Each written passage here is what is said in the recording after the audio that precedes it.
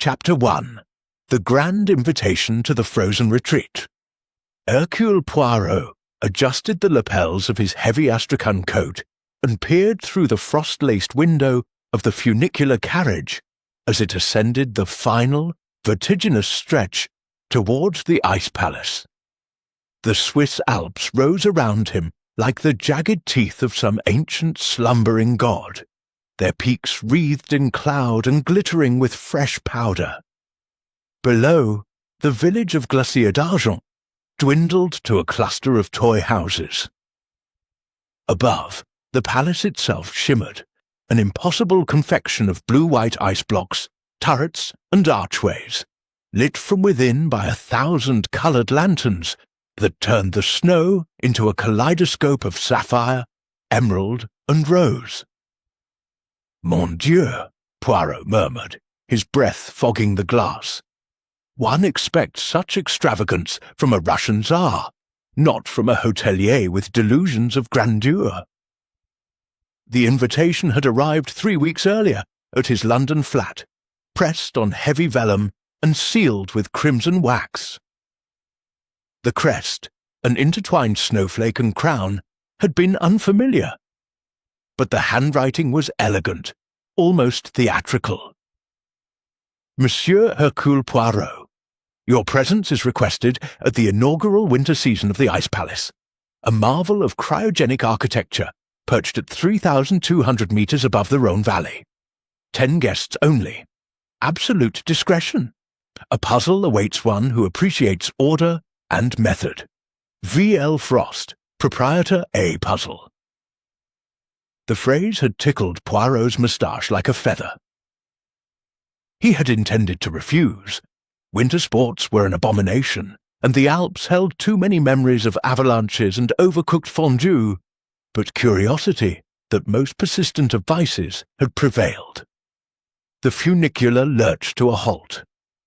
A liveried porter in white fur opened the door with a bow so low his nose nearly grazed the ice. "Bienvenue, Monsieur Poirot. Allow me to take your valise." Poirot surrendered the small leather case, containing, among other essentials, a tin of pomade, 3 silk handkerchiefs, and a dog-eared copy of Le Mystère de la Chambre Jaune, and stepped onto the platform. The cold struck like a slap, sharp enough to make his eyes water. Yet the palace itself radiated warmth.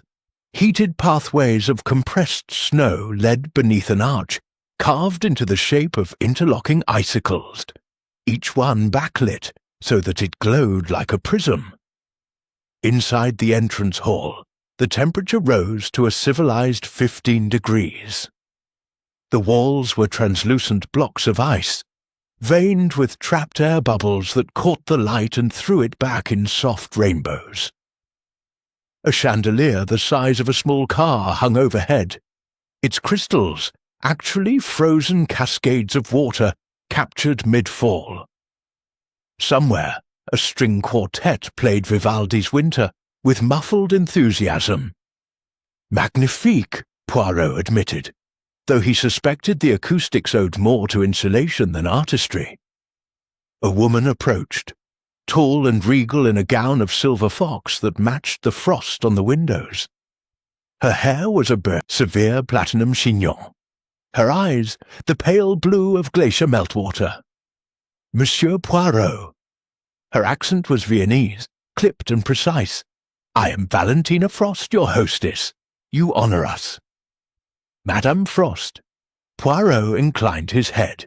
"The honour is mine, though I confess I am unused to being summoned like a genie from a bottle." A smile flickered across her lips, amused perhaps, or merely polite. "The Ice Palace is a bottle of a very particular vintage. Come, the other guests await in the Aurora Lounge." She led him through corridors where the floors were polished ice, overlaid with thick Persian runners, past sculptures of swans, wolves, and abstract forms that might have been lovers entwined. The air smelled faintly of pine resin, and something metallic, ozone perhaps, from the generators that kept the palace from collapsing into a puddle. The Aurora Lounge was a dome of ice 30 meters across, its ceiling painted with the northern lights in phosphorescent pigments that shifted color as one moved. A fire crackled in a hearth carved from black volcanic stone, an absurdity in a structure that could melt if the thermostats failed by a single degree. Around it, the 9 other guests formed loose constellations. Poirot's gaze catalogued them with the precision of a jeweller, assessing flawed diamonds. Lady Beatrice Bebe Langtry, 25, heiress to a railway fortune, currently sipping champagne and laughing too loudly at something said by Captain Rex Harrington, Olympic downhill skier, bronzed and broad-shouldered, his left arm in a sling from a training mishap in Gstaad. Dr. Otto Kessler, a Swiss-German psychiatrist with round spectacles and a beard like a hedgehog, scribbling notes on a leather-bound pad. Monsieur and Madame Duval, rival hoteliers from Zermatt, he thin and nervous, she voluptuous and watchful, both dressed in matching sable. Miss Daphne Quill, a journalist for Vogue with a Leica camera slung around her neck like a medal. Mr. Silas Grimshaw, an American industrialist whose fortune came from refrigerated shipping. Ironic, given the setting. Countess Irina Volkov, exiled White Russian aristocracy. Draped in pearls and melancholy. And finally, young Mr. Julian Vale, Bebe Langtry's fiancé, a poet of minor reputation whose latest volume, Snowblind Sonnets, had been savaged by the TLS only last month. Valentina clapped her hands once, a sound like a gunshot in the dome. Mesdames et messieurs, our final guest has arrived. Let the season begin. Glasses were raised. Poirot accepted a coupe of champagne. Krug 1928, he noted approvingly, and allowed Captain Hastings's absence to register as a small, familiar ache. His old friend had begged off with a bout of sciatica. "You'll manage without me, Poirot. Just don't let them serve you yak butter tea." Conversation flowed like the champagne. Bebe Langtry cornered Poirot near a sculpture of a rearing stallion. "You're the detective, aren't you?" Her voice was husky from altitude or cigarettes. "The one who solved the Orient Express murder." "Among others," Poirot said modestly. "How thrilling! Julian says you use psychology. Do you think people's faces give them away?" "Always, mademoiselle. The eyes, the mouth, the tension in the jaw, each is a confession waiting to be read." She laughed, but her gaze slid to Julian, who was deep in conversation with Countess Volkov. The Countess's hand rested on his sleeve a fraction longer than propriety allowed. Across the room, the Duvals were arguing in fierce whispers. Madame Duval's rings flashed as she gestured. Her husband's face was the colour of uncooked liver. Dr. Kessler watched them with clinical interest, pen hovering. Silas Grimshaw approached Poirot with the swagger of a man used to buying silence. "Heard you're the best, Mr. Poirot. Ever think of private work? I could use a man who notices things." "I notice, monsieur, that your left shoe is wet at the toe. The heated paths outside are impeccable. Curious." Grimshaw glanced down, startled, then forced a grin. "Spilled champagne. Clumsy of me." Poirot's smile did not reach his eyes. Dinner was announced. Reindeer carpaccio, cloudberry sorbet, a main course of Arctic char, poached in pine-infused butter. The dining hall was a cavern of ice pillars, each carved with scenes from Norse mythology. At the head of the table, Valentina Frost raised her glass. "To secrets," she said. "May they stay frozen until the spring thaw." A nervous laugh rippled around the table. Poirot sipped his wine and felt the first prickle of unease. The palace was exquisite, yes, but beneath the glamour lay something brittle. Like the ice itself, it might crack under pressure. After dessert, the guests were invited to explore the palace's amenities. A sauna carved into a geothermal vent, a library of rare books preserved at sub-zero temperatures, a ballroom with a floor of black ice polished to a mirror sheen. Poirot chose the library. He was examining a first edition of Frankenstein, appropriate, given the setting, when he heard footsteps behind him. Julian Vale stood in the doorway, his poet's palace stark against the blue walls. "Mr. Poirot, a word? Of course." Julian closed the door. His hands trembled slightly. I don't know if this is silly, but someone's been in my room. Things moved. A letter I was writing to Bebe. It's gone." Poirot's eyebrows rose. "You are certain?"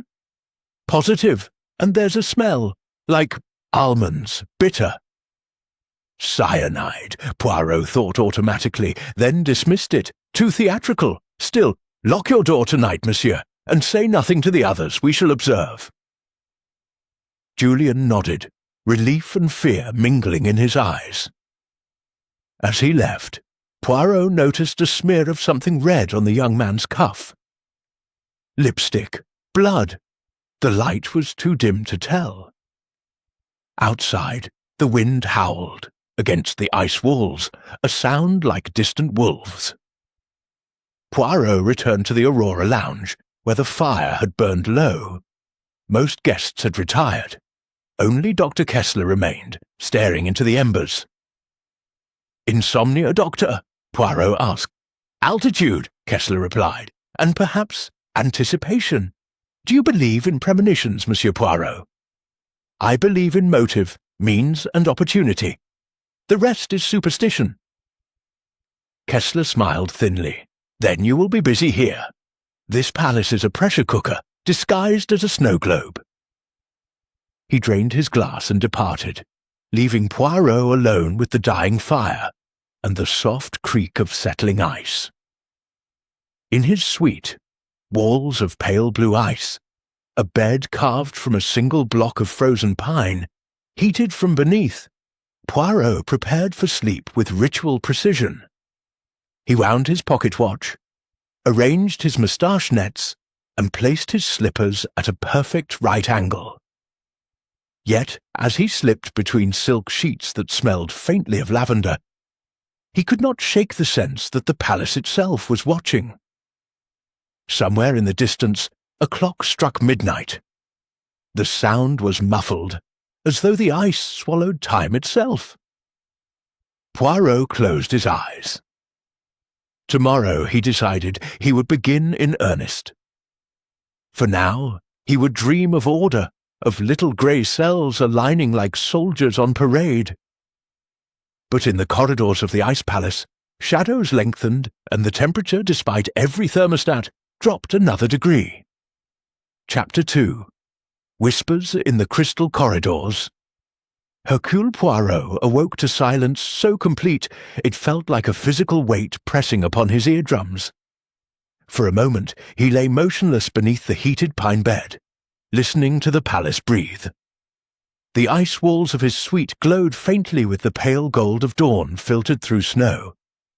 Somewhere far below, the geothermal pumps hummed, a heartbeat beneath the frost.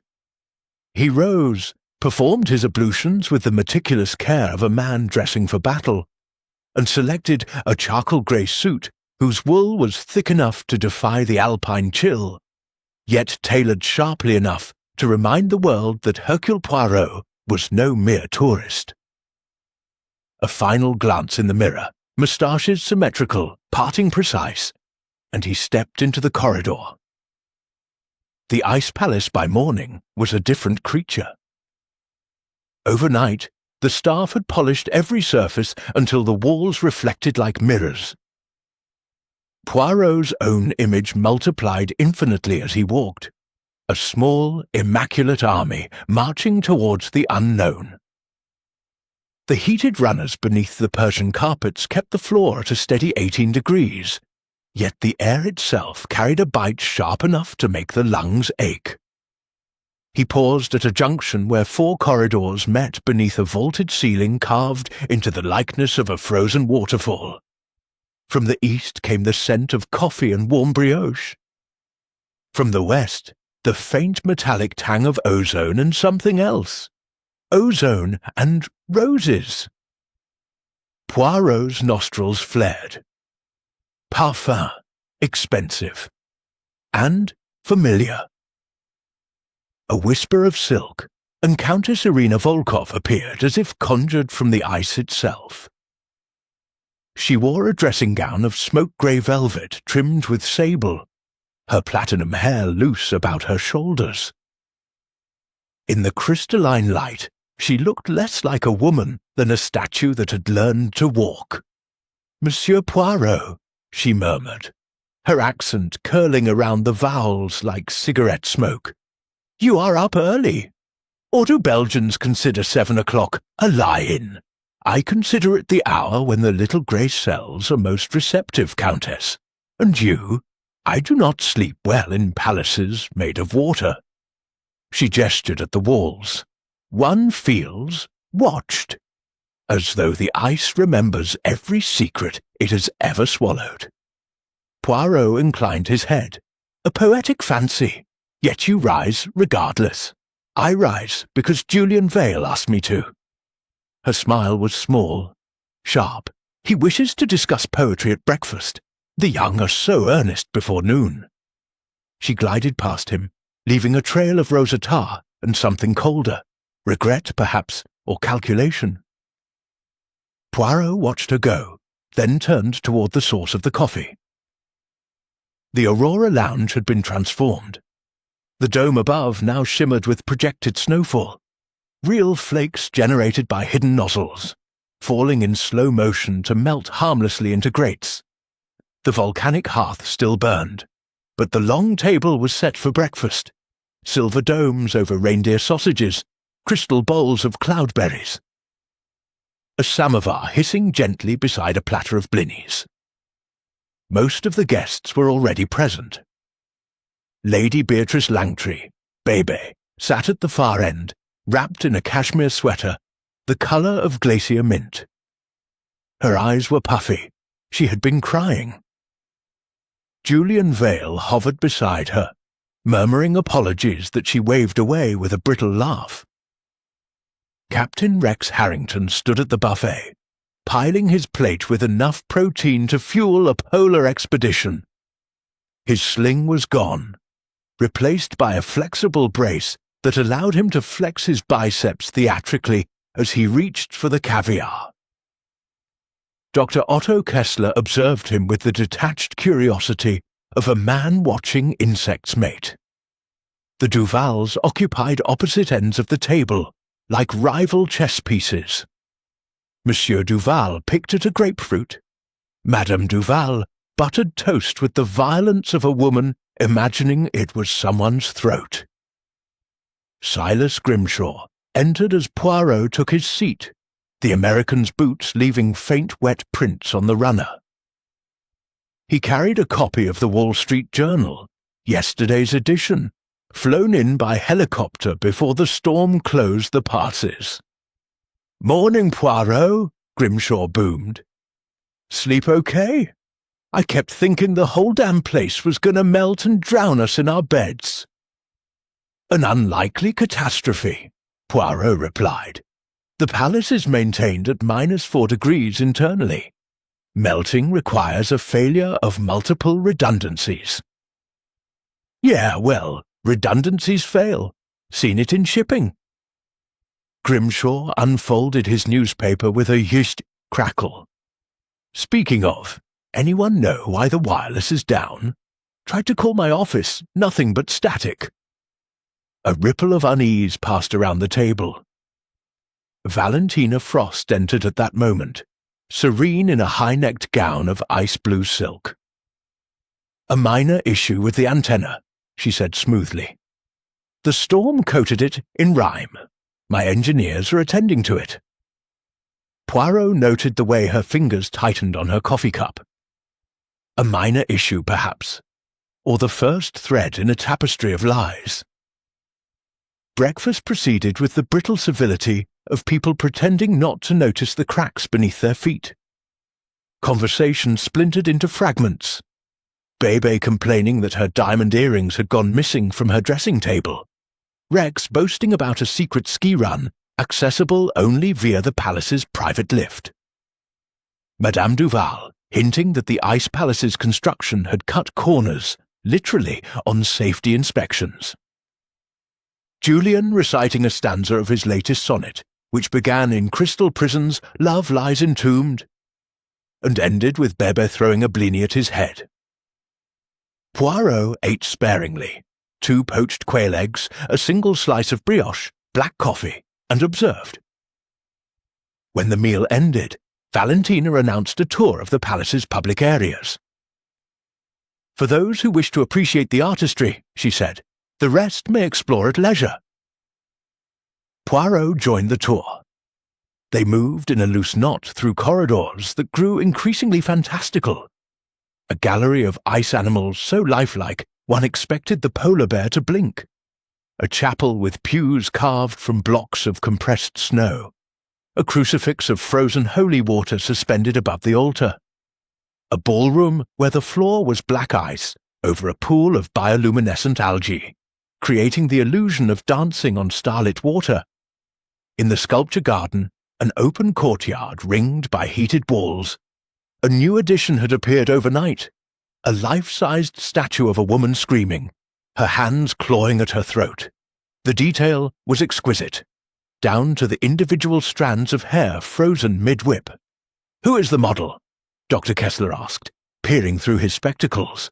"No model," Valentina replied, "merely the artist's imagination. Herr Lundquist works quickly when inspired." Poirot circled the statue. The woman's mouth was open in a perfect O. Within, something glinted. He leaned closer. A shard of mirror, perhaps? No, glass. And caught in the glass, a reflection. Julian Vale and Countess Volkov standing together at the courtyard's edge, heads bent close. Too close. A bell rang, 3 clear notes. Valentina clapped her hands. "The welcome dinner begins in 1 hour. Please retire to dress." The group dispersed. Poirot lingered, examining the screaming woman. The glass in her mouth was not part of the sculpture. It had been inserted after carving. He pried it free with a handkerchief. A lens? From a camera? Or a monocle? He pocketed it and followed the others. His suite had been entered in his absence. The bed was made with hospital corners, but his tin of pomade sat at a 45-degree angle to its usual position. Someone had searched and been careless. Poirot checked the hidden compartment in his valise. The small leather notebook where he recorded observations remained untouched. Amateur, he thought, or someone who wished to be noticed. He dressed for dinner. White tie, the Order of Leopold on his lapel, and descended to the grand dining hall.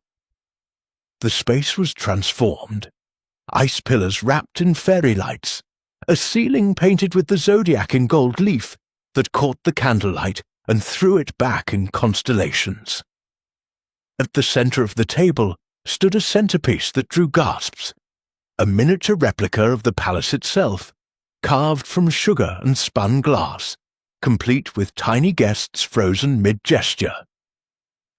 Valentina presided at the head, resplendent in diamonds that rivaled the chandeliers. To her right sat Bebe, to her left Julian.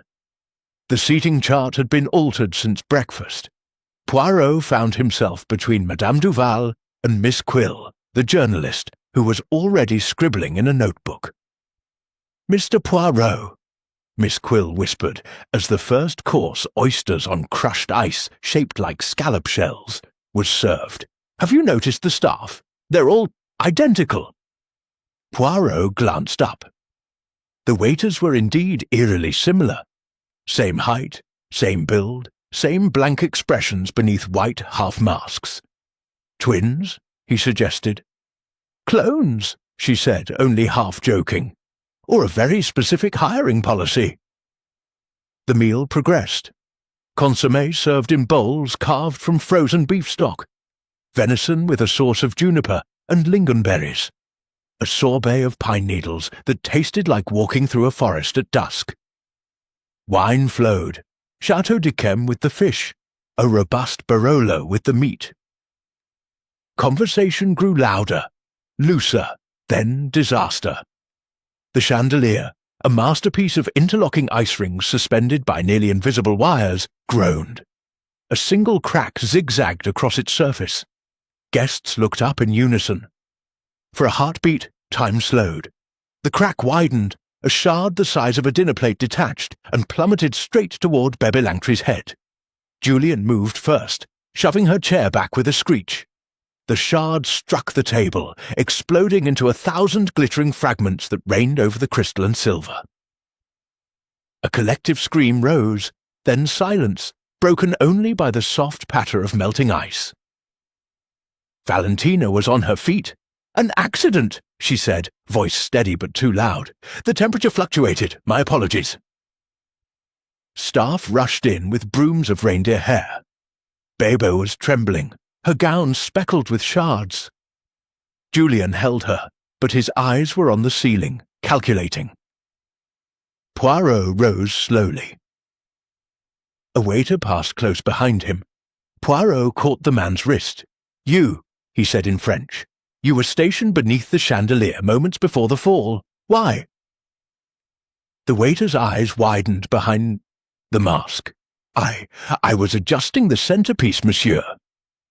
"Yet your hands are wet, and you smell of solvent."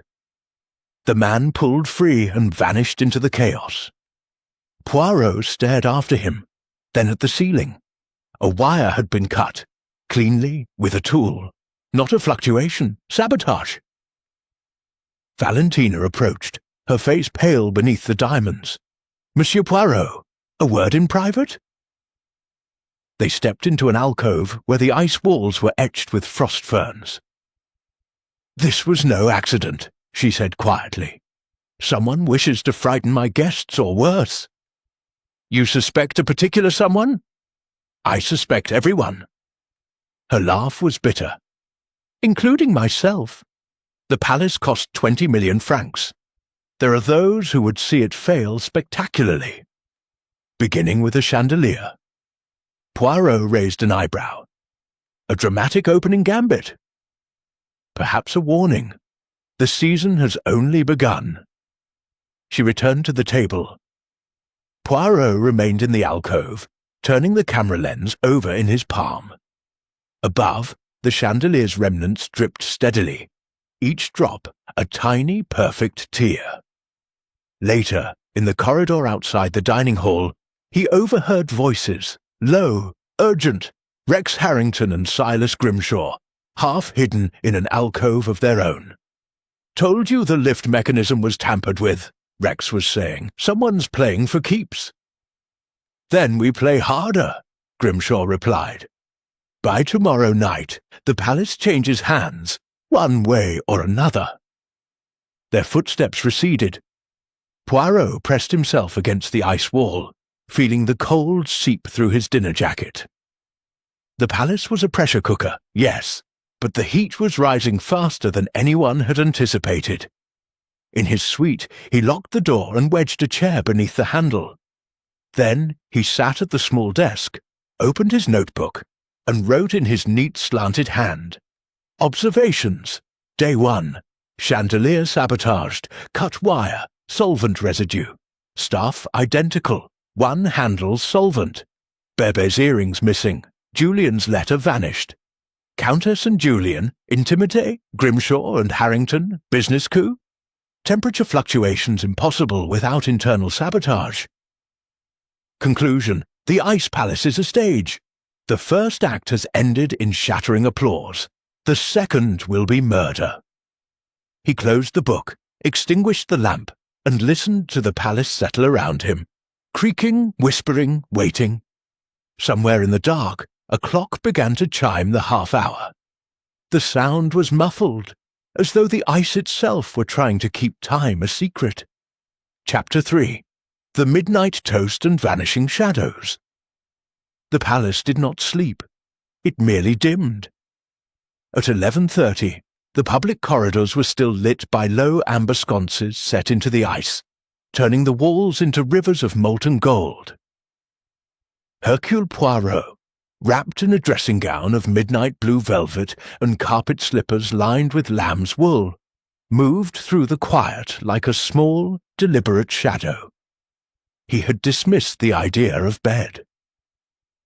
The little grey cells, once roused, refused to be lulled by goose-down or geothermal warmth.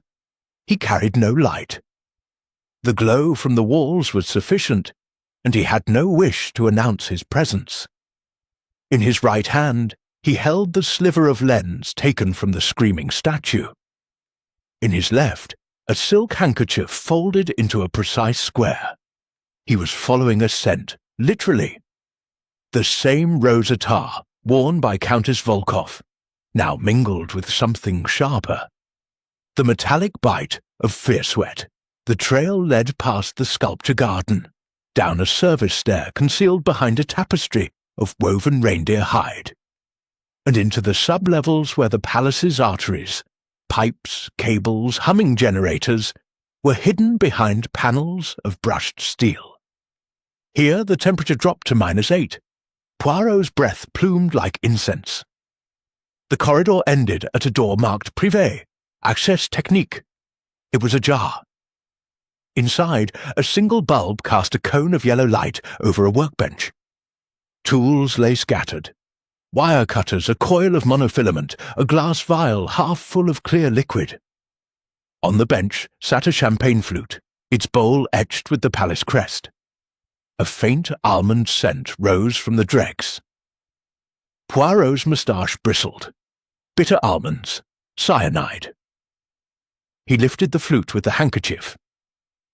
The stem bore a smudge of lipstick, deep crimson, the shade Bebe Langtry had worn at dinner. Or was it? He brought it closer. No, the pigment was slightly darker, almost burgundy, Countess Volkov's colour. A footstep behind him, soft, deliberate. Poirot turned. Julian Vale stood in the doorway, barefoot in silk pyjamas, hair tousled as though he had been running hands through it. His eyes were wide, pupils dilated with more than darkness. "Mr. Poirot," he whispered, "you shouldn't be here." "Nor, mon jeune ami, should you. Yet here we both are."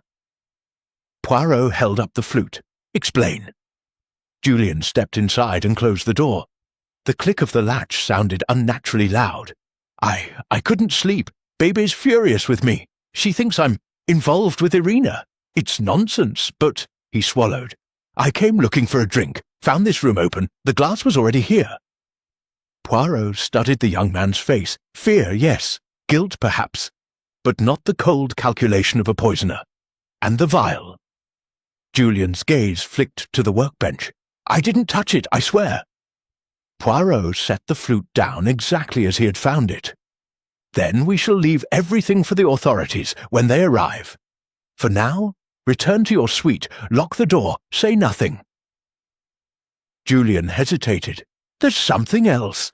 The midnight toast, Valentina's tradition. Everyone's expected in the ballroom. I was supposed to fetch Bebe, but she's locked herself in the powder room and won't answer." Poirot's mind raced. A midnight toast in a palace of ice, with cyanide on a workbench and a chandelier already sabotaged. The stage was set for spectacle. "Go," he said. "I will collect Mademoiselle Langtry." And Julian, he fixed the poet with a stare sharp enough to cut glass. "If you value your life, do not drink from any glass not poured in your sight." Julian nodded and vanished. Poirot retraced his steps, the almond scent clinging to his memory like a curse. He found the powder room on the guest floor, its door carved with cherubs whose wings had begun to drip in the warmer air. He knocked twice. "Bebe, it is Poirot. Open, s'il vous plaît." A muffled sob, then the click of a lock. Bebe Langtry stood in the doorway, eyes red-rimmed, mascara streaked like war paint. She clutched a diamond earring in one fist. The mate was missing. "They're trying to kill me," she said without preamble. "First the chandelier, now this." She opened her hand. The earring's post was bent, as though wrenched free. A smear of dried blood darkened the gold. Poirot took it gently. "When did you notice?" "After dinner. I went to change for the toast and found my jewellery box overturned. Both earrings were there then. I put them in, went to the mirror, and someone grabbed me from behind. I screamed. They ran. I only saw a reflection, white mask like the waiter's." Poirot's pulse quickened. "Come, we go to the ballroom together. Stay close." They descended the grand staircase. Beb's arm linked through his. The ballroom was already alive with light and sound. The black ice floor reflected the chandeliers like a dark mirror. Above, the bioluminescent algae pulsed in slow, hypnotic waves. The guests stood in a loose circle around a fountain of champagne, 3 tiers of crystal coupes, golden liquid cascading from top to bottom. Valentina Frost, resplendent in a gown of white fox and diamonds, held the central flute aloft. "Mes amis," she called, "to the ice palace. May she stand 1,000 winters." Glasses were raised. Poirot scanned the room. Rex Harrington, brace hidden beneath a midnight blue dinner jacket, laughing too loudly. Dr. Kessler, spectacles glinting, sipping already. The Duvals, side by side for once, faces unreadable. Silas Grimshaw, checking his watch. Countess Volkov, serene, a fresh flute in hand. Julian, pale, eyes fixed on Bebe. Waiters circulated with trays of spare glasses. One approached Poirot and Bebe. Poirot intercepted the tray, selected 2 flutes, and sniffed discreetly. Nothing but the crisp apple and brioche scent of Krug. Still, he switched his glass with Bebe's when the waiter turned away. Valentina began the countdown. 10, 9. The lights dimmed to a sultry amber. The algae beneath the floor glowed brighter, turning the guests into silhouettes. 8, 7. Bebe's hand trembled in Poirot's. He pressed it reassuringly. 6, 5. A sudden flicker. The chandeliers stuttered. For an instant the room plunged into near darkness. A collective gasp, then a woman's scream, high and shattering. The lights flared. Back. Julian Vale was gone. The circle had broken. Where the poet had stood moments before, only an empty space remained, champagne pooling on the ice like spilled blood. His glass lay shattered, stem snapped clean. Chaos erupted. Bebe shrieked his name. Rex Harrington lunged toward the doors, but they were locked, electronically sealed, the panel blinking red. Valentina shouted for calm, her voice cracking for the first time. Poirot moved against the tide, kneeling where Julian had stood. The broken glass smelled faintly of almonds. He touched the puddle, still cold, but the ice beneath was cracked in a perfect circle, as though something heavy had been dropped. Or someone dragged. "Search the palace," Grimshaw bellowed. "He can't have gone far." But Poirot was already tracing scuff marks, faint but visible in the bioluminescent glow. They led not toward the doors, but to a side panel disguised as part of the ice carving, a frozen wave curling over a mermaid. The panel was ajar by a finger's breadth. He slipped through alone. Beyond lay a narrow service corridor, lit by red emergency strips. The air was colder here, the walls sweating. Footprints, 2 sets, one barefoot, Julian's, one in soft-soled shoes. They ended at a freight elevator, its doors yawning open. Inside, a single drop of blood glistened on the floor. Poirot pressed the button for the sublevels. The elevator descended with a groan. At the bottom, the doors opened onto the generator room, a cavern of humming machinery and frost-rimed pipes. In the centre, tied to a chair with monofilament wire, sat Julian Vale. He was alive, barely. His head lolled, a bruise darkened his temple. His pyjamas were torn, one sleeve soaked with blood from a shallow cut on his forearm. But his eyes were open, fixed on Poirot with desperate intelligence. "They took her," he rasped. "Irina, masked, like the waiters. Said if I didn't come quietly, they'd—" He choked on the words. Poirot knelt, working at the wire with his pocket-knife. "Who, mon ami? Speak!" Couldn't see faces, but one voice, American, Grimshaw. The wire snapped. Julian sagged forward. Poirot caught him, feeling the young man's pulse, rapid but steady. "Stay with me. We return upstairs. Now." But as they turned, the elevator doors slid shut with a hiss. The lights died. In the darkness, machinery growled to life. Louder, faster.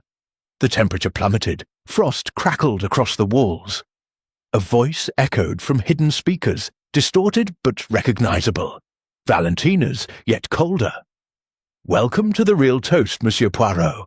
Let us see how long order survives in chaos." The sprinklers activated. Not water, liquid nitrogen. White plumes erupted, flash freezing the air. The temperature plunged to -50 in seconds. Poirot dragged Julian toward the emergency stairwell, but the door was sealed. Ice already coated the handle.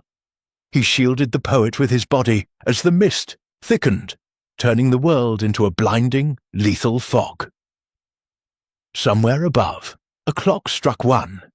The sound was muffled, swallowed by the roar of the generators and the hiss of freezing vapour. Poirot's mind raced faster than his heart. A trap? But for whom? Julian, myself, or the entire palace? He pressed Julian against the wall, away from the worst of the spray. "Breathe shallowly. We have minutes, not hours." Julian's teeth chattered. "Bebe, we'll be safe if we are clever." Poirot scanned the darkness. A control panel glowed faintly. Red emergency override. He lunged for it, fingers numb, and punched in the universal code he had memorized from the palace blueprints. FROST 1928. The sprinklers choked, sputtered, died. Warm air blasted from vents as the system reversed. The ice on the door handle began to weep. Poirot wrenched it open.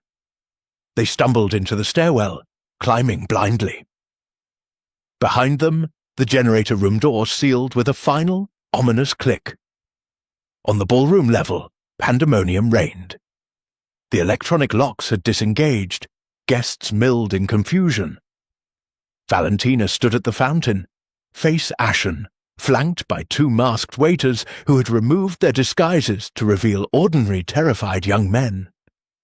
Bebe ran to Julian, sobbing. He held her weakly, eyes on Poirot. Valentina approached, voice trembling. "The system was hacked. Someone used my override code.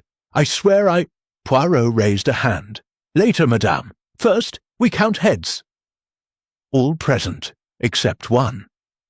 Countess Irina Volkov was missing. In the silence that followed, the black ice floor reflected 10 frightened faces, and one small, perfect footprint leading toward the frozen wave panel, already melting into nothingness. Poirot looked at the shattered champagne glass, the blood, the empty space where love and poetry had stood moments before. The midnight toast had been poured, but the real poison was only beginning to take effect. He straightened, brushing frost from his dressing gown. "Mesdames et messieurs," he said quietly, "the game has changed. From this moment, no one leaves the ballroom. The shadows have taken their first victim. They will not stop at one."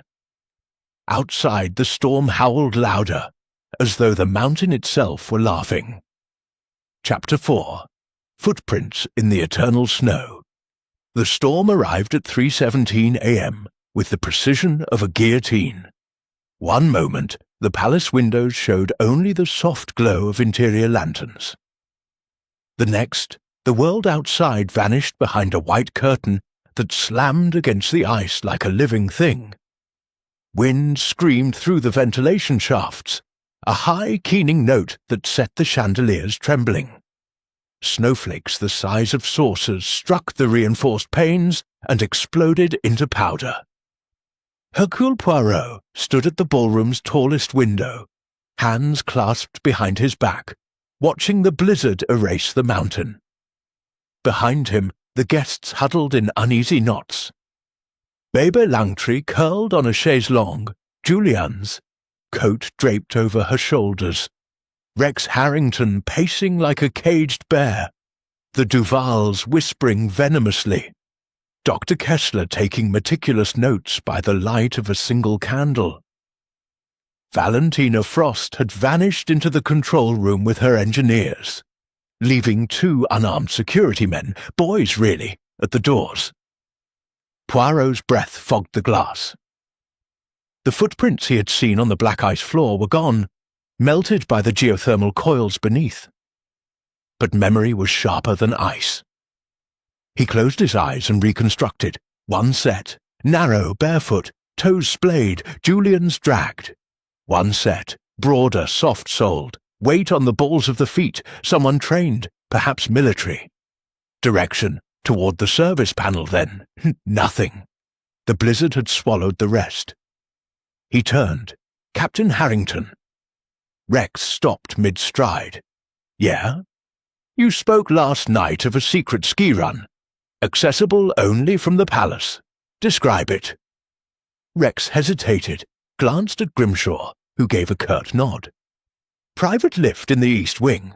Drops you to a back bowl no one's mapped. Powder like you wouldn't believe. Why? Because, Poirot said, someone has taken Countess Volkov through the storm, and the only way out is down. Bebe sat up, eyes wide. You're saying they dragged Irina into that? She gestured at the window, where visibility was now less than a metre. Or she went willingly, Poirot replied. We shall see. He addressed the room. No one leaves this ballroom until dawn. The storm is our jailer, but also our witness. At first light, we follow the tracks, if any remain. Grimshaw snorted. First light? We'll be buried by then. Precisely why we act now. Poirot's voice cut through the wind's howl. Monsieur Duval, you are an engineer, oui? The palace plans, you have studied them. Duval's thin face tightened. For competitive reasons, yes. The east lift is serviced from the generator level. If someone used it, they did, Poirot said, and they left a trail. He organized them with military efficiency. Rex and Grimshaw would accompany him to the lift. Dr. Kessler and Julian, bandaged now, arm in a sling, would guard the women. The security boys were sent to fetch thermal suits, ropes and headlamps from the ski locker. Valentina returned as they prepared, her face carved from the same ice as her palace. The external cameras are blind, she said, snow on the lenses. But the lift was activated at 0058, 2 minutes after the lights came back. It descended to the mid-station and stopped. Mid-station? Poirot asked. Halfway down the mountain, an emergency shelter, stocked, heated. From there, one can ski to the tree line, or vanish. Poirot nodded. Then that is our destination. They suited up in the East Wing's mudroom. White thermal suits that made them look like ghosts, battery-heated gloves, crampons that clicked against the ice floor. Poirot's suit was comically small. He resembled a determined penguin. Rex carried a coil of climbing rope, Grimshaw a flare gun. The lift doors side open. Inside, the air was warmer, scented with machine oil. A single smear of blood decorated the handrail. Irina's, or someone else's. Poirot photographed it mentally. The descent took 90 seconds. The car shuddered in the wind, cables singing. At the mid-station, the doors opened onto a small platform blasted by snow. The shelter, a dome of reinforced fiberglass half buried in the slope, glowed faintly 20 meters away. They fought through the gale, heads down, linked by the rope. The snow was already knee-deep and rising. Poirot's thighs burned, the altitude clawed at his lungs. But the little grey cells sang. The shelter door was unlocked. Inside, chaos. A table overturned, a kerosene heater still burning, blue flame dancing. A single ski boot, Irina's size, lay on its side, laces cut. And on the floor, a body, not Irina. Julian's missing letter, the one he had mentioned to Poirot, lay crumpled beside the corpse. The dead man was one of the masked waiters, throat slashed ear to ear. His blood had frozen into a black mirror on the fiberglass floor. In his gloved hand, a diamond earring. Bebe's, Rex swore. Grimshaw knelt, checked for a pulse that wasn't there, then pried open the man's mouth. Cyanide capsule. Didn't work fast enough. Poirot examined the scene with clinical detachment. The slash was left to right, attacker facing the victim. Defensive wounds on the waiter's forearms. Irina had fought. The letter was addressed to Bebe in Julian's looping hand. My darling, forgive the secrecy. Irina is helping me stage a disappearance, only for a night. I need to finish the sonnets without distraction. By dawn I'll return and explain. Trust no one, especially not... The sentence ended in a smear of blood. Staged? Grimshaw muttered. Looks pretty real to me. Real death, yes, Poirot said. But whose plan? The waiter was silenced. Irina taken or fled? He moved to the shelter's rear door. It opened onto the ski run. A narrow couloir between seracs, invisible now in the whiteout. Footprints led downward, 2 sets, one deep, dragging, one light, running, then nothing. The storm had filled them within minutes. Rex studied the slope with a skier's eye. Avalanche risk is off the charts. One wrong move, and the whole face comes down. Poirot stared into the void.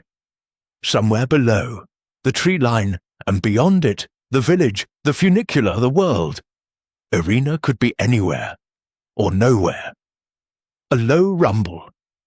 The ground trembled. Rex's head snapped up. Slide! They bolted back through the shelter as the mountain roared. Snow poured through the open rear door like cement, burying the corpse, the table, the heater. The front door buckled but held. They braced against it as the avalanche thundered past, a white freight train that shook the shelter to its bolts.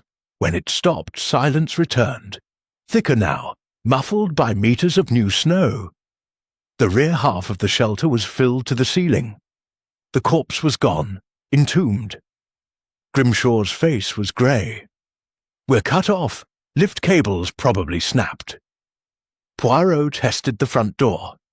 It opened onto a wall of snow. They dug with their hands, then the emergency shovel stored inside. After 20 minutes, they carved a tunnel to the surface. Dawn was a rumour, a faint paling behind the clouds.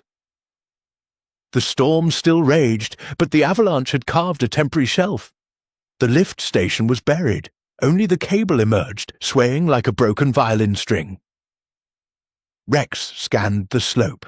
Tracks are gone, but look, he pointed. 30 meters downslope, a red flare burned feebly against the snow. Someone had fired it minutes ago. Poirot's heart leapt. Irina! They roped together and descended, crampons biting into the avalanche debris. The flare led to a crevasse, a jagged mouth in the ice 6 meters wide. At its edge, a ski pole driven into the snow like a marker. Tied to it, a strip of white fox fur. Valentina's gown. Rex peered over. Too deep, climber's nightmare. Poirot knelt. The crevasse walls were blue-white, descending into darkness. At the bottom, 20 meters down, a glint, metal. A body? He couldn't tell. Grimshaw's radio crackled. Static, then Valentina's voice, faint but clear. Poirot! "Status. Mid-station destroyed," he replied. "One corpse. Arena missing. Possible fall into crevasse. Send rescue team at first possible." The radio died. Battery drained by cold. They had no choice. Return to the palace. Wait out the storm. Pray the crevasse held its secrets until the mountain allowed retrieval. The climb back was brutal. Halfway up, Rex slipped. The rope jerked Poirot off his feet. For a moment, he dangled over the void, the wind tearing at his suit. Grimshaw hauled them both to safety, cursing in 3 languages. They reached the buried lift platform as the sky finally lightened to the colour of dishwater. The palace loomed above, a glittering fortress against the chaos. But something was wrong. The east wing's exterior wall, triple-layered ice over steel, had a hole, not a crack, a hole, perfectly circular, 2 meters in diameter, edges melted smooth. Grimshaw stared. "That's not avalanche damage. That's a thermal lance." Poirot's mind raced. Someone had cut into the palace from outside, during the storm, while they were distracted below. They scrambled through the breach into a service corridor. The air inside was warmer, too warm. Ice dripped from the ceiling in steady rivulets. The geothermal system was failing. And on the floor, fresh footprints, bare feet, leading deeper into the palace. Irina, or someone pretending to be her? Poirot followed, Rex and Grimshaw behind. The prince ended at a door marked Cryogenics Lab. Authorized personnel only. The lock was smashed. Inside, a nightmare of frost and steel. Cryogenic pods lined the walls, 6 of them, each the size of a coffin, fogged with condensation. One pod was open, empty. Frost ringed the interior like a halo. On the floor, the missing diamond necklace. Bebe's. And beside it, a single icicle, long, sharp, stained pink at the tip. Rex picked it up gingerly. Murder weapon? Poirot examined the pod's control panel. Temperature, -196 degrees Celsius. Time of opening, 04:12 a.m. Someone had been frozen alive, or nearly, a soft sound, breathing, they spun. In the corner, behind a stack of nitrogen tanks, a figure huddled. White fur coat, platinum hair matted with ice. Irina Volkov. She was alive, barely. Her lips were blue, eyes unfocused, frostbite blackened 2 fingers. She clutched a small leather journal to her chest. "Irina!" Poirot knelt. "Who did this?" She tried to speak. Only a croak emerged. Rex wrapped her in his thermal jacket. Grimshaw radioed for medics. As they carried her out, Poirot opened the journal with gloved hands. The last entry, scrawled in shaking Cyrillic. "They know about the vault. The diamonds are a lie. The real treasure is—" The sentence ended in a smear of frozen blood. Outside the lab, the palace groaned. A crack zigzagged across the ceiling, widening with each heartbeat. The avalanche had destabilized the east wing. Collapse was minutes away. They ran, corridors tilted, ice blocks carved from the walls like melting glaciers. Guests screamed in the ballroom as the floor buckled. Valentina's voice boomed over the intercom. "Evacuate to the central dome, now!" They burst into the Aurora Lounge as the east wing imploded behind them. A roar of snow and steel. The dome held, barely. Dust and ice particles filled the air like diamond shavings. Irina was laid on a chaise, wrapped in blankets. A doctor, summoned from the staff quarters, worked frantically. Bebe wept over her recovered necklace. Julianne held her, face unreadable. Poirot stood apart, icicle in an evidence bag, journal in his pocket. The storm still raged, but the palace was cracking from within. 2 attempts on lives, 1 corpse, 1 near-fatal freezing, and footprints that led nowhere and everywhere. He looked at the assembled faces, fearful, calculating, triumphant, and felt the net tighten.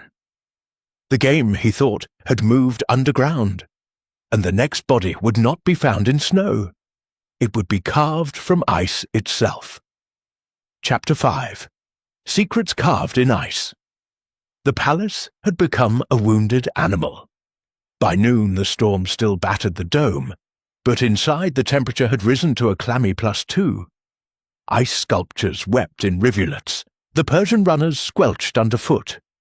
The geothermal system, sabotaged in the east wing breach, was bleeding heat like a slashed artery. Engineers in white coats darted through the corridors with welding torches and frantic clipboards, while Valentina Frost stood at the heart of the Aurora Lounge, arms folded so tightly her knuckles blanched. 48 hours, she announced to the assembled guests. That is how long the backup generators will keep the core structure from catastrophic melt. After that, the Ice Palace becomes the Ice Lake. A collective shiver passed through the room.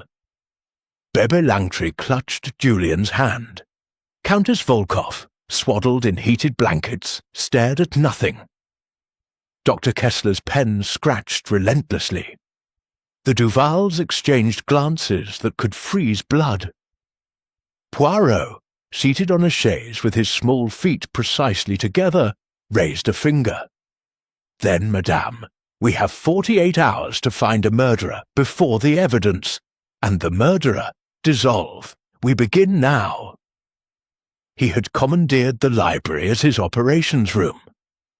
The space was warmer than the rest of the palace, its walls lined with rare books sealed behind vacuum glass to protect them from humidity.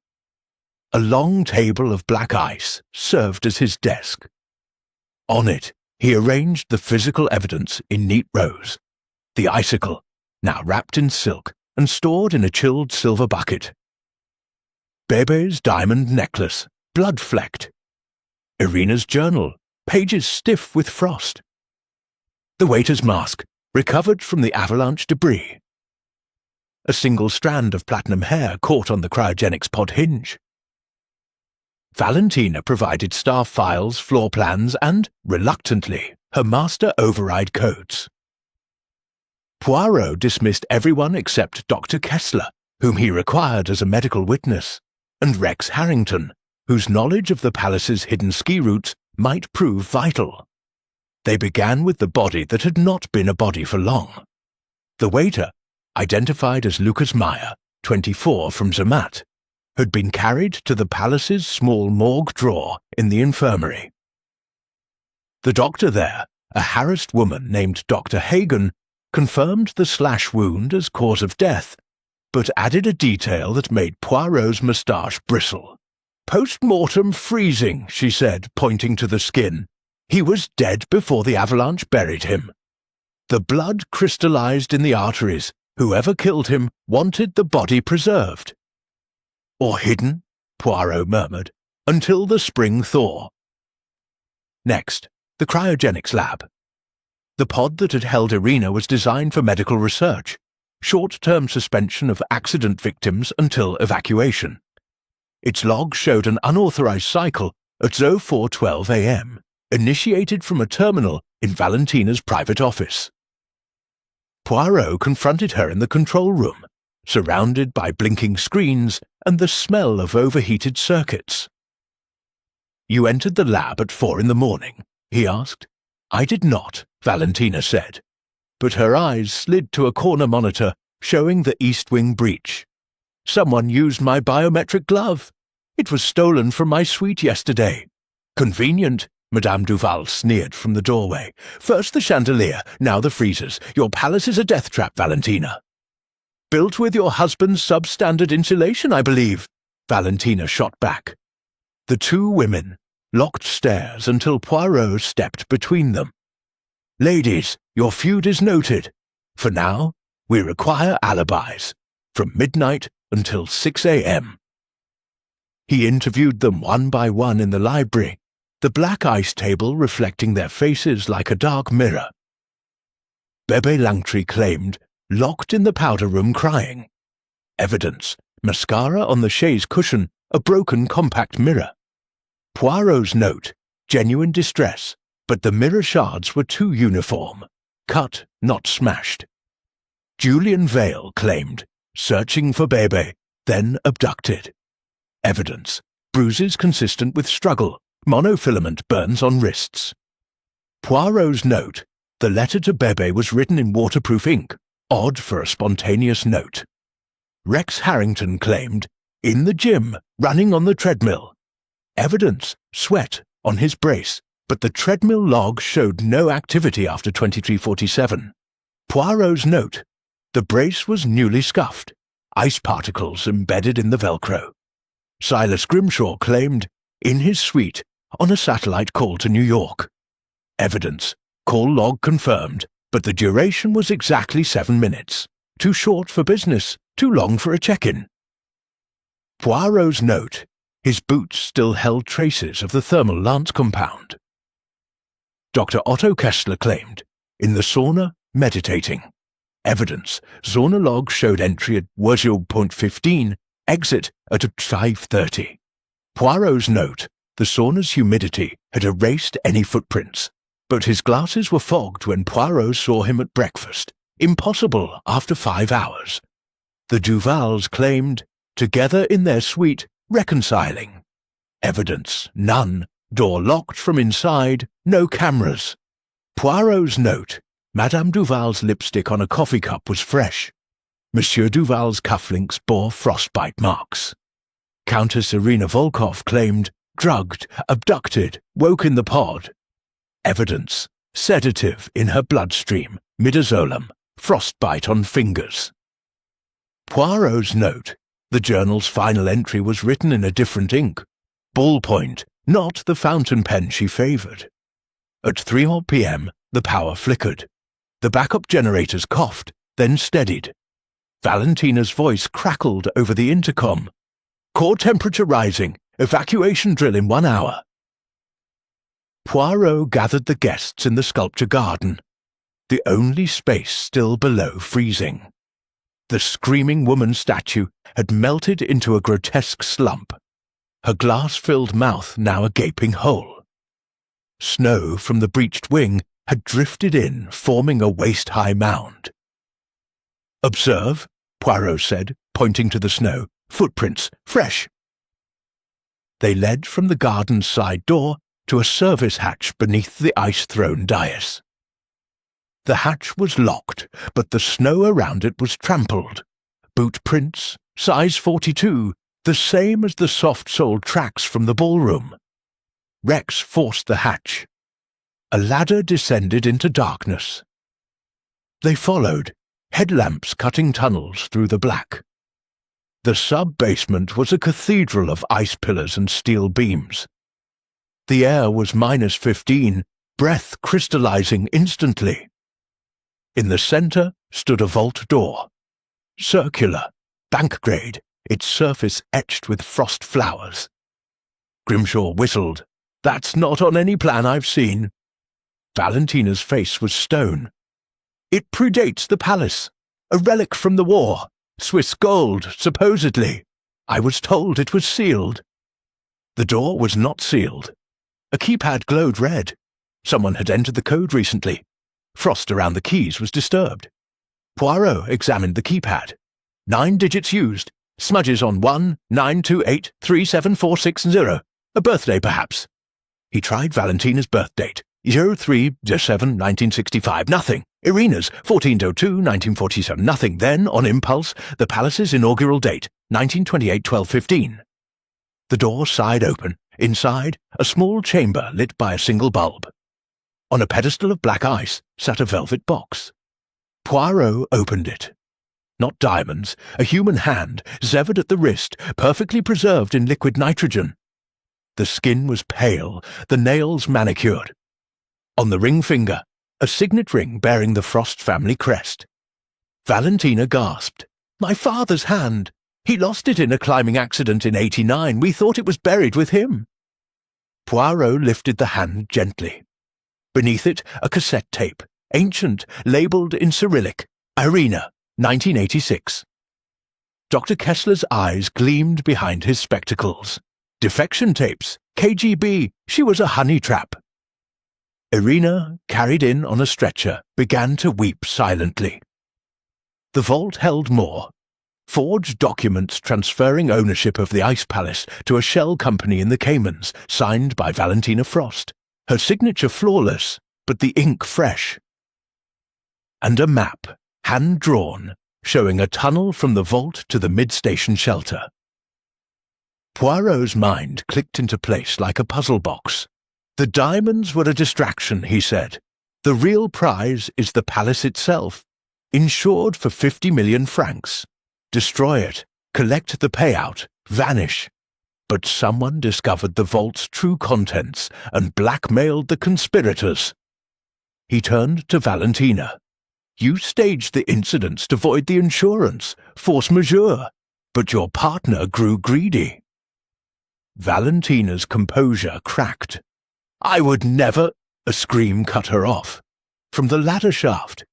They ran. On the ladder halfway up hung Madame Duval, impaled through the chest by an ice axe embedded in the rungs. Her blood dripped onto the ice below, steaming faintly. Her eyes were wide, mouth open in a silent scream. The axe was Rex Harrington's, his initials carved into the handle. Rex stared, face ashen. That's mine, from the ski locker. I haven't touched it since— Poirot knelt by the body. The wound was precise, straight through the sternum. Death instant, but the angle was wrong for a fall. Someone had stood above her, struck downward. Another accident, Poirot said dryly. How tedious. He examined the axe head. A hair, platinum, like Irina's, caught in the blood.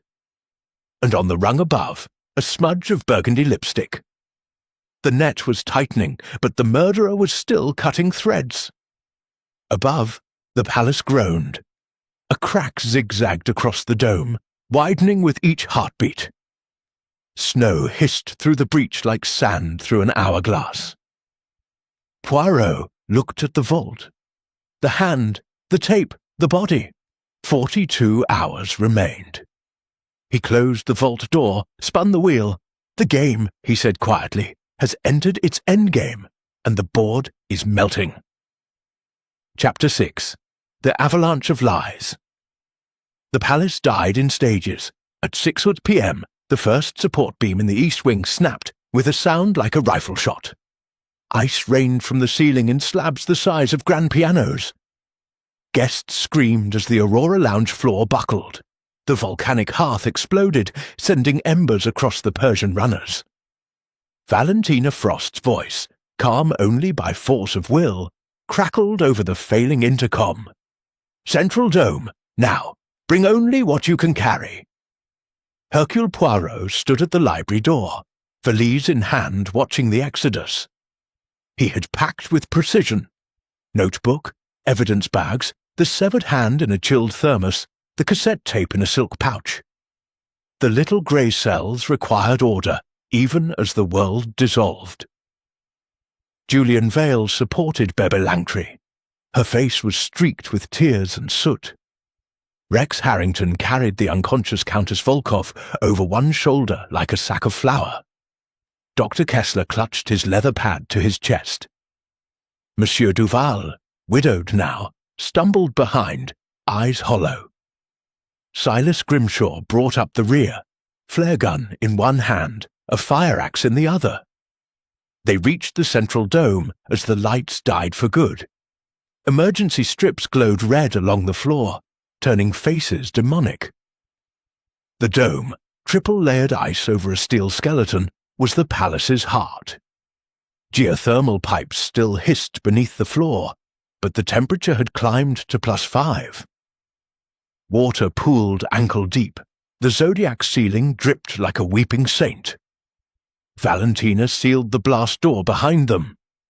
72 hours of air, she said, maybe less. The avalanche buried the main entrance. Rescue choppers can't fly in this. Poirot surveyed the space. The ice throne, Valentina's ceremonial seat, stood on a dais at the centre, carved from a single block the size of a small car. Around it, benches of compressed snow. A single exit, the service tunnel to the vault, now blocked by a ton of debris. He raised his voice. "Mesdames et messieurs, we are trapped with a murderer. Madame Duval was no accident. The axe was placed, her blood still warm when we arrived. Someone among us is eliminating threats."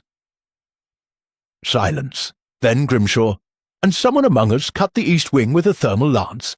I say we search every pocket, every bag." Rex set Irina down gently. "Starting with you, Silas. You knew about the vault." Grimshaw's laugh was ugly. "I knew because Valentina showed me, trying to sell shares. She's bankrupt. This whole circus is insurance fraud." Valentina's hand went to her throat. "Lies. Is it?" Poirot stepped forward, thermos in hand. "Then explain your father's hand, madame. Preserved like a museum piece, and the tape, Irina's voice, confessing to smuggling Swiss bank codes in 1986. Blackmail, oui?" Irina stirred, eyes fluttering open. "Not blackmail. Proof. Valentina's father. He was KGB. Stole the codes. I was courier. When the palace was built, he hid the hand as warning to his daughter." Valentina's face crumpled. "He was a monster. I kept the vault sealed to bury the past." "Yet someone opened it," Poirot said, "and used the contents to orchestrate murder." He arranged them in a circle around the throne, the red emergency lights painting their shadows huge against the dome. Water lapped at their boots. "We reconstruct the night," he said, beginning with the midnight toast. He paced, voice cutting through the drip-drip of melting ice. "Fact. Julian is abducted. Lights flicker. Someone hacks the system using Valentina's stolen glove. Fact. Irina is drugged, placed in the cryopod. Fact. Lucas Meyer is killed in the mid-station, throat slashed with Rex's axe. Fact. Madame Duval is impaled on the ladder, same axe, moved after death." He stopped before Rex. "Your axe, Captain. Where was it between midnight and dawn?" Rex's jaw worked. "Ski locker. Unlocked. Anyone could have taken it." "Yet only you knew its exact weight, balance, a skier's tool." Poirot turned to Grimshaw. "And you, monsieur, spoke of a coup with Rex. Recorded on the ballroom's emergency mic, before it shorted." Grimshaw's eyes narrowed. "Business. The palace is a gold mine if the insurance pays out." "Or if it doesn't," Poirot said softly. "You bought the debt. Foreclose. Rebuild as a casino. Valentina's ruin is your profit." Valentina lunged at Grimshaw, nails raking his cheek. Rex pulled her back. Blood beaded on Grimshaw's skin, 3 perfect lines. Poirot continued, "But the plan fractured. Lucas discovered the vault. Perhaps Irina confided in him. He demanded a cut, so he was silenced. Madame Duval overheard the argument in the sub-basement. She confronted the killer on the ladder. Fatal mistake." Dr. Kessler cleared his throat. "Psychologically, the escalation fits. A narcissist cornered. First sabotage, then murder, now entrapment." Julian spoke for the first time, voice hoarse. "And Bebe's diamonds?" "Distraction," Poirot said, "planted to suggest theft as motive. But the necklace was found in the cryolab, beside the pod. Someone wanted us to believe Irina stole it." Bebe's hand flew to her throat. "Irina!" The Countess shook her head weakly. "Never. The diamonds are paste. Valentina replaced them months ago, to pay debts." Valentina slumped against the throne. "True, I'm ruined. The palace was my last chance." A low rumble shook the dome. Snow hissed through a hairline crack in the ceiling. The temperature climbed another degree. Poirot raised a hand. "We vote. Who remains outside the circle of trust?" He produced ballots, torn pages from Kessler's pad. Each guest wrote a name, folded it, dropped it into Poirot's upturned bowler. He counted aloud. Grimshaw, 4 Rex, 2. Valentina, 1 Kessler, worse, Irina, 1 Grimshaw snarled. "Rigged!" "Democracy," Poirot said. "You are confined to the thrown dice, monsieur. Rope?" Rex produced the climbing rope. Grimshaw submitted with poor grace, wrists bound to the throne's armrests. The ice was already softening, the rope cut shallow grooves. "Now," Poirot said, "we wait for rescue, and for the killer's next mistake." But the killer had planned for waiting. At 8:40 p.m., the red lights died. Darkness swallowed the dome. A single flashlight beam stabbed out. Grimshaw's, from his pocket. He had slipped the rope. "Fools," he said, voice calm. "The flare gun's loaded with thermite. One spark, and this dome becomes a furnace." He fired into the ceiling crack. The flare arced, burst white-hot. Ice flash melted, superheated steam exploded downward. The dome screamed. Guests scattered. Poirot dove behind a bench as scalding water cascaded. The throne dais became an island in a rising lake. Grimshaw waded toward the service tunnel, axe raised. Rex tackled him. They grappled, slipping on the flooded floor. The axe flew from Grimshaw's hand, embedded in the ice wall with a thunk. Poirot rose, dripping. "Enough!" He held the cassette tape aloft. "This records everything, monsieur. Your confession in the ballroom, Irina's testimony, the insurance scam, surrender, and you live." Grimshaw laughed, blood on his teeth. "Live! In a melting coffin!" He lunged for the axe. Rex blocked him, too late. The blade sliced Rex's forearm. Blood mixed with meltwater, pink swirls. Julian grabbed the thermos, the severed hand inside. He swung it like a club. It connected with Grimshaw's temple.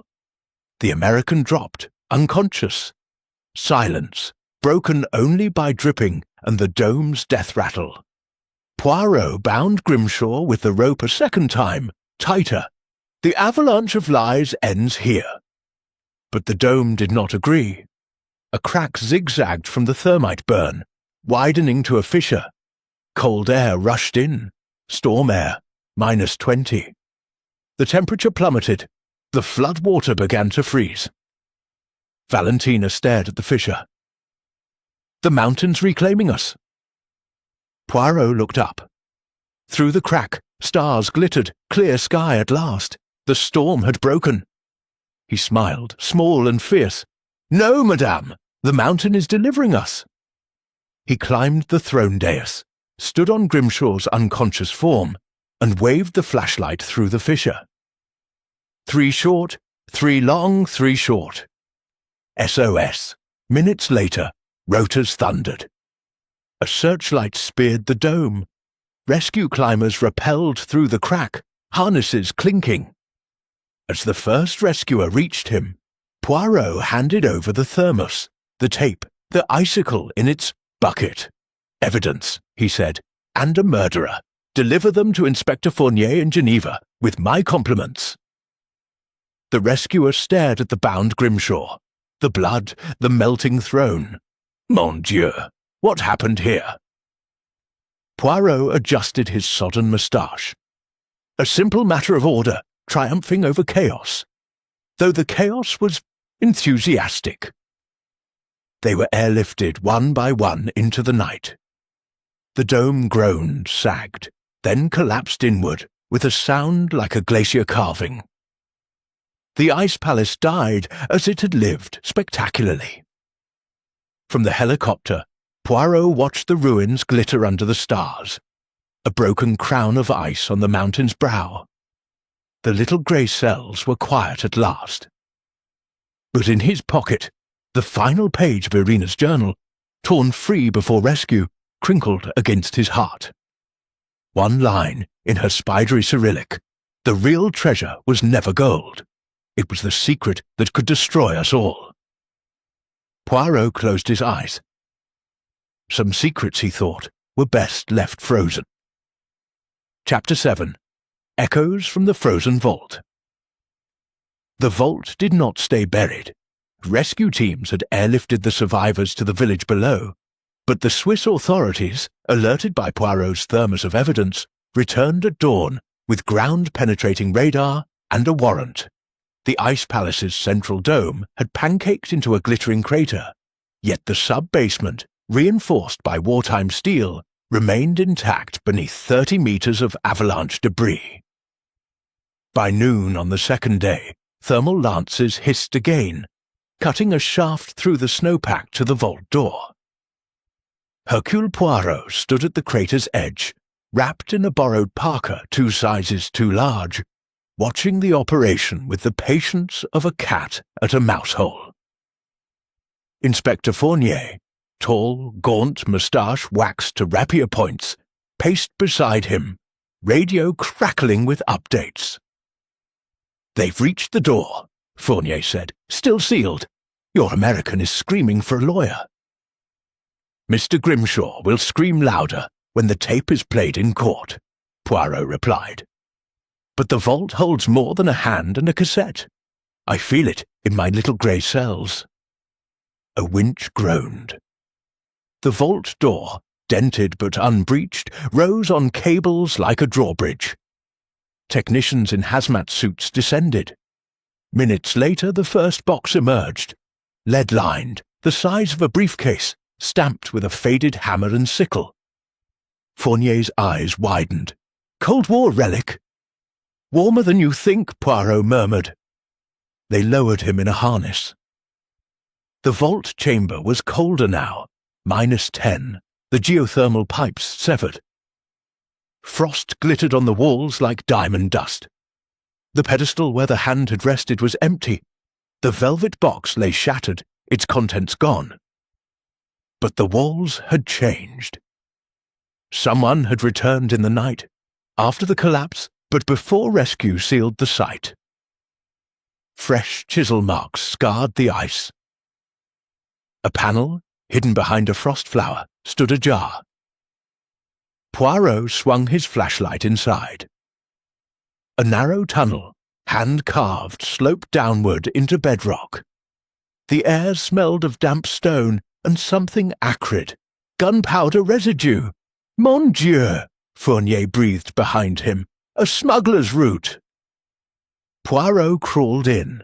The tunnel was tight, shoulders scraping, but it widened after 10 meters into a natural cave. Stalactites of ice hung like chandeliers.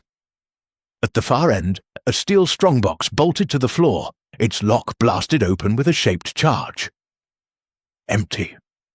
But on the floor lay a single object, a child's mitten, pale blue, monogrammed VLF, Valentina Lucia Frost, age 6 perhaps, and beside it a Polaroid photograph, edges curled with cold.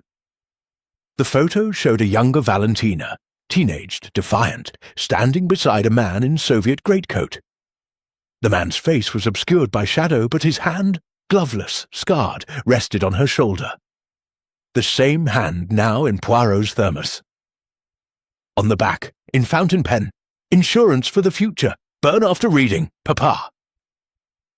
Poirot's mind raced. The vault's true purpose. Not gold, not diamonds, but leverage. Codes, names, accounts. Enough to topple governments or build empires. Valentina's father had hidden it here, beneath what would become his daughter's palace. She had known, perhaps always. He pocketed the photo and mitten, then noticed the footprints. Small, bare, Irina's size. They led deeper into the cave, toward a faint glow. The tunnel opened into a geothermal vent. A cavern of steam and sulphurous pools, the palace's original heat source. In the center, on a flat rock, sat the missing contents of the strongbox. Microfiche sheets in plastic sleeves. A ledger bound in red leather, and a single gold bar stamped with the Reichsbank eagle. Nazi loot laundered through Moscow. And kneeling beside them, wrists bound with her own sable coat, was Valentina Frost. She looked up as Poirot emerged, eyes red-rimmed but dry. "You were supposed to let it stay buried." "Secrets," Poirot said, "have a way of thawing." Valentina laughed, bitter, broken. "My father built this palace to hide his sins. I built it to hide mine. The insurance fraud was Grimshaw's idea, but the vault, I needed the money to buy silence. Irina knew. She was going to sell the microfiche to the highest bidder. Russian oligarchs, CIA, take your pick. So you staged the incidents, Poirot said. The chandelier, the cryopod, the avalanche of lies. But Madame Duval discovered the tunnel. She had to die. Valentina nodded. I used Rex's axe. He was drunk on victory, thought the coup was his. I moved the body after you left the sub-basement. The ladder was perfect, an accident in the chaos. And Lucas Meyer? A loose end. He overheard Irina and me in the mid-station. I slit his throat with the axe, planted the diamonds to implicate her. Then the avalanche, Grimshaw's thermite charge, meant to bury everything. I never meant for the dome to collapse. Poirot studied her. Yet, you returned here. Why? She gestured at the microfiche. To destroy it, burn the ledger, melt the gold, end the curse. Her voice cracked. But the steam, the matches wouldn't light. I was trying to decide whether to jump into the pool when the rescuers sealed the shaft above. I've been here 2 days, alone. Poirot knelt, picked up the ledger. Names, dates, account numbers, enough to rewrite history. He slipped it into his parka. You will come with me, madame. The past does not die so easily. Valentina stood, swaying. And Irina, safe in hospital. She will testify. The mitten, yours from childhood, proves you knew the tunnel's existence. The photo seals your confession. They climbed back through the tunnel. Fournier's men took Valentina into custody without a word. The microfiche and gold were bagged as evidence. The cave was sealed with concrete poured from above. Later, in the village inn, Poirot sat by a crackling fire with a cup of thick hot chocolate. Inspector Fournier joined him, weary. The hand? Fournier asked. Reunited with its owner, Poirot said. A symbolic burial. The daughter will stand trial for murder, fraud, and conspiracy. The father's sins die with the palace. Fournier raised an eyebrow.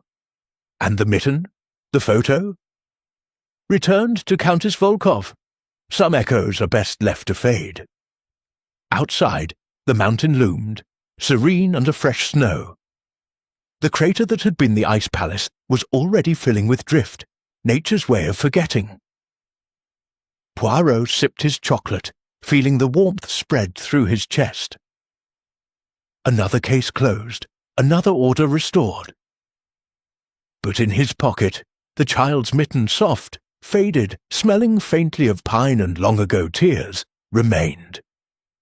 A reminder that some secrets, no matter how deeply frozen, leave fingerprints on the soul. He folded it neatly, placed it in his valise beside the silk handkerchiefs, and turned his thoughts to the train schedule for Brussels. The vault was silent now, but somewhere in the mountain's heart, water dripped steadily, counting down to the next thaw. Chapter 8. The Melting Alibis. The thaw came faster than anyone predicted. By the third morning after the collapse, the mountain slope above the crater steamed like a cauldron. Sunlight, rare and fierce after days of storm, struck the ice debris and turned it into a glittering slurry. Rescue teams worked in shifts, pumping meltwater into tanker trucks bound for the Rhone, but the palace was bleeding out through 1,000 cracks. What had been a fortress of eternal winter was now a slushy grave, exhaling its secrets in rivulets of pink-tinged snow. Hercule Poirot stood on a makeshift platform of plywood and scaffolding, overlooking the excavation. He wore a borrowed alpine hat with ear-flaps, undignified but necessary, and clutched a thermos of café au lait laced with cognac. Inspector Fournier had flown to Geneva with Valentina Frost in cuffs, but the dive case was not closed. 2 questions gnawed at Poirot like frostbite. Who had tampered with the ski lift mechanism the night of the midnight toast? Where was the prototype murder weapon? The icicle stained with Madame Duval's blood? The icicle itself had melted in its silver bucket during the chaotic airlift, leaving only a pink puddle and a shard of glass embedded in the silk lining. The glass was not from the icicle. It was lens quality, curved, identical to the shard Poirot had pried from the screaming statue's mouth in Chapter 2. He descended the ladder into the half-flooded sub-basement. The vault chamber was now a wading pool. The pedestal where the severed hand had rested floated like a tiny iceberg. Technicians in waders catalogued debris: a melted ski boot, a scorched waiter's mask, the axe head from Rex's weapon, its blade nicked where it had struck bone. Poirot donned rubber boots and sloshed to the cryolab. The pods were dark, their glass fogged and cracked. He shone his torch into the open pod where Irina had been found. Frost still clung to the interior in delicate ferns, but something glinted at the bottom. A contact lens, thin as a breath, tinted pale blue. He fished it out with tweezers.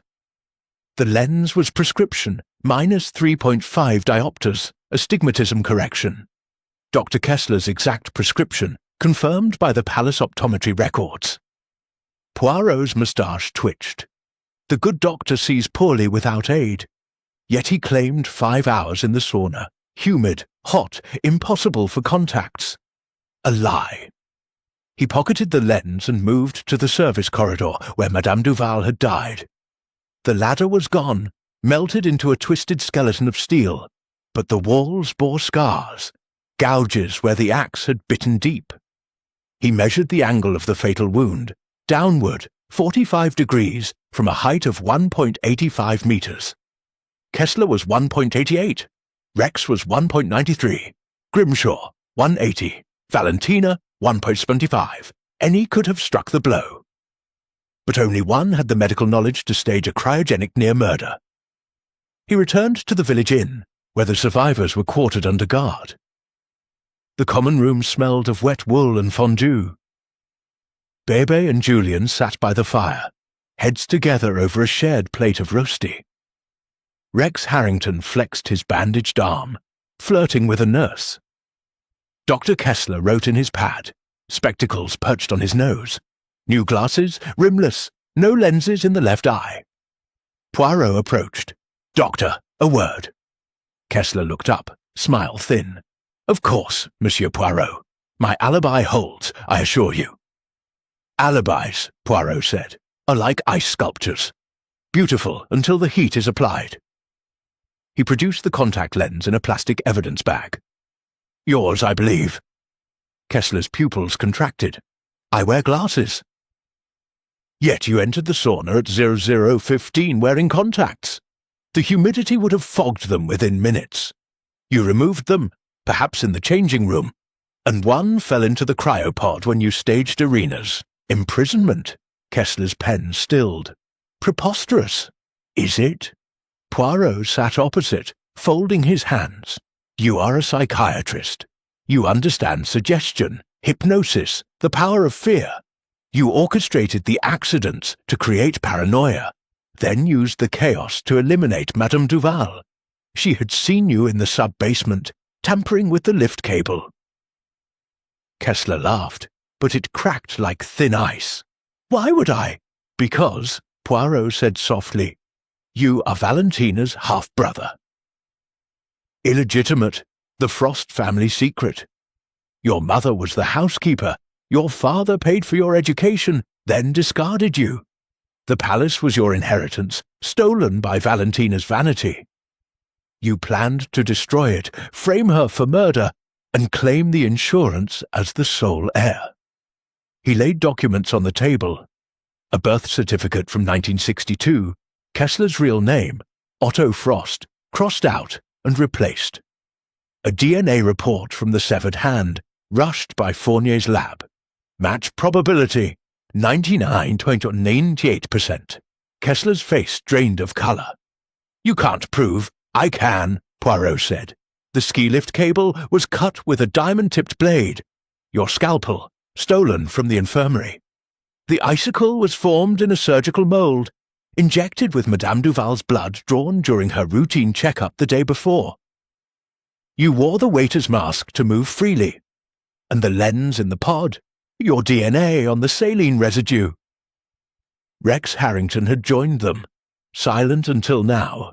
"You son of a—" He lunged, but Poirot raised a hand.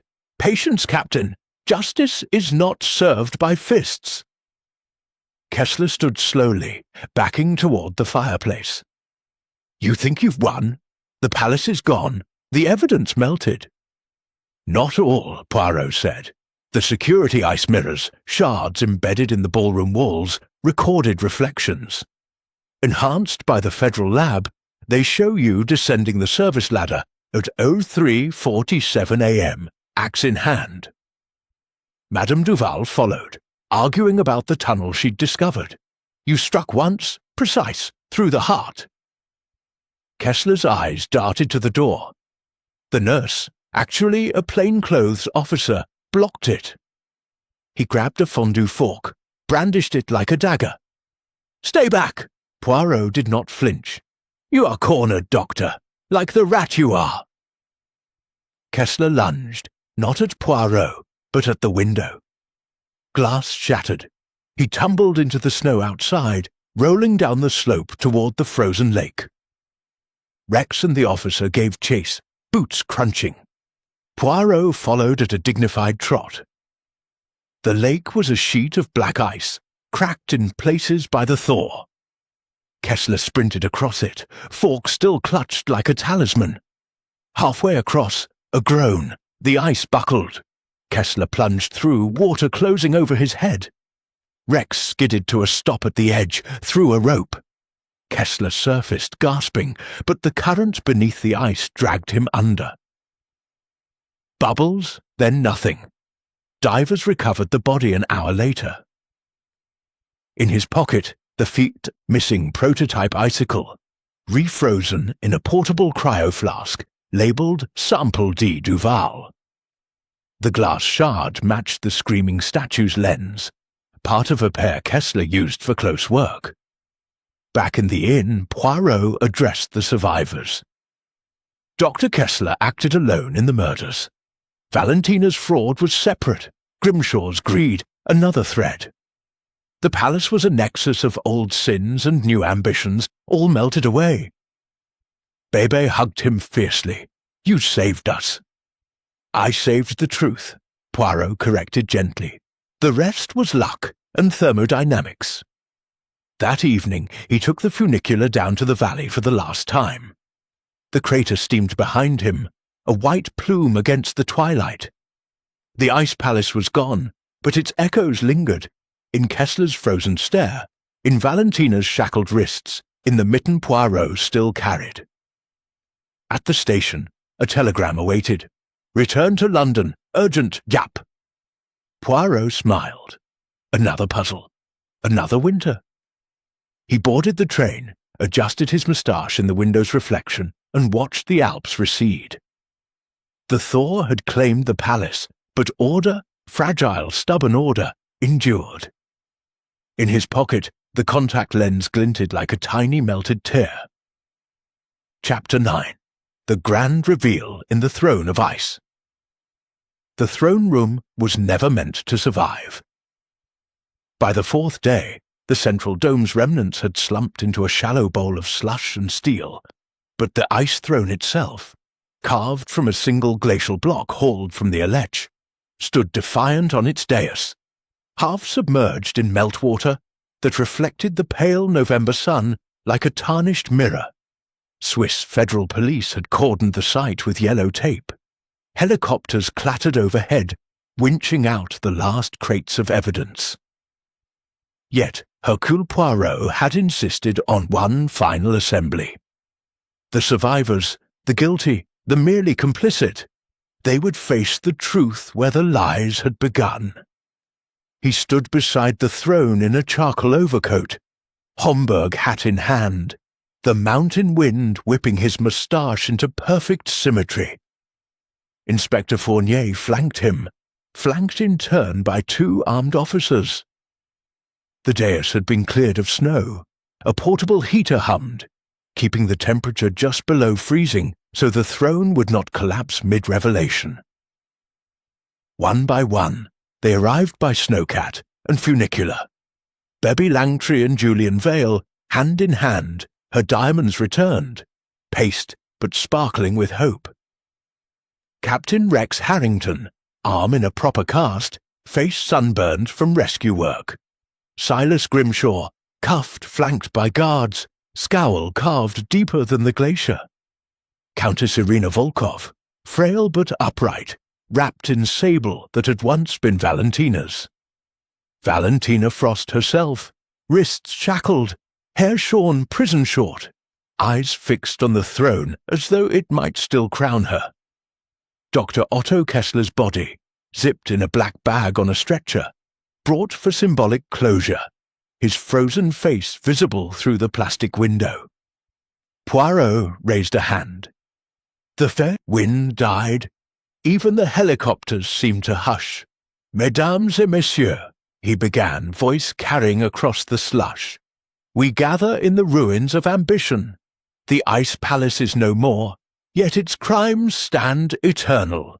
3 murders, 4 attempts, 1 grand deception. I will now lay bare the tapestry, thread by thread." He gestured to the throne. This seat was the heart of the illusion. Valentina built it to hide her father's vault. Grimshaw coveted it for profit. Kessler, born Otto Frost, claimed it as birthright. But the first thread belongs to the midnight toast. He produced the shattered champagne flute from the ballroom, reconstructed with forensic glue. Cyanide in the stem, swapped during the light's flicker. The hacker used Valentina's stolen biometric glove, planted in Kessler's sauna locker. The lights were timed to a ski lift mechanism Kessler sabotaged earlier, creating the avalanche that buried evidence. Poirot turned to Grimshaw. "You, monsieur, provided the thermite flare, intended to melt the dome and void the insurance, but Kessler stole it, escalated the plan." Grimshaw spat. "He was a lunatic.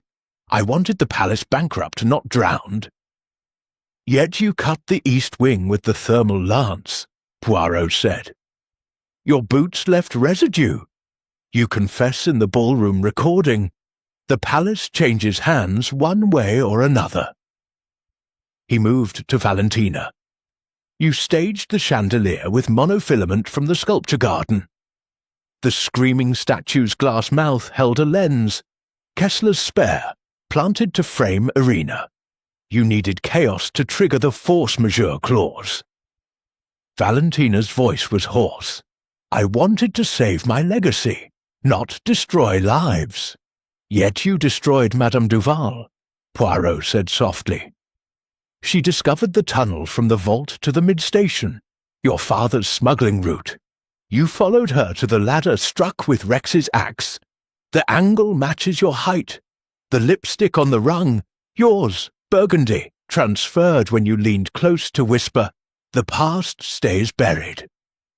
Valentina closed her eyes. A tear froze on her lash. Poirot faced Rex. "You, Captain, tampered with the ski lift on Kessler's payroll. He promised you the private run as a private empire. But when Lucas Meyer overheard in the shelter, you slit his throat, left to right, a skier's backhand. Your brace held traces of his blood." Rex hung his head. "He was going to expose us. I panicked." "Panic is no excuse," Poirot said. He turned to Irina. "You, Countess, carried the ledger from Moscow in 1986. You blackmailed Valentina with it, demanded half the insurance. When she refused, you drugged yourself with midazolam, staged the cryopod abduction to frame her.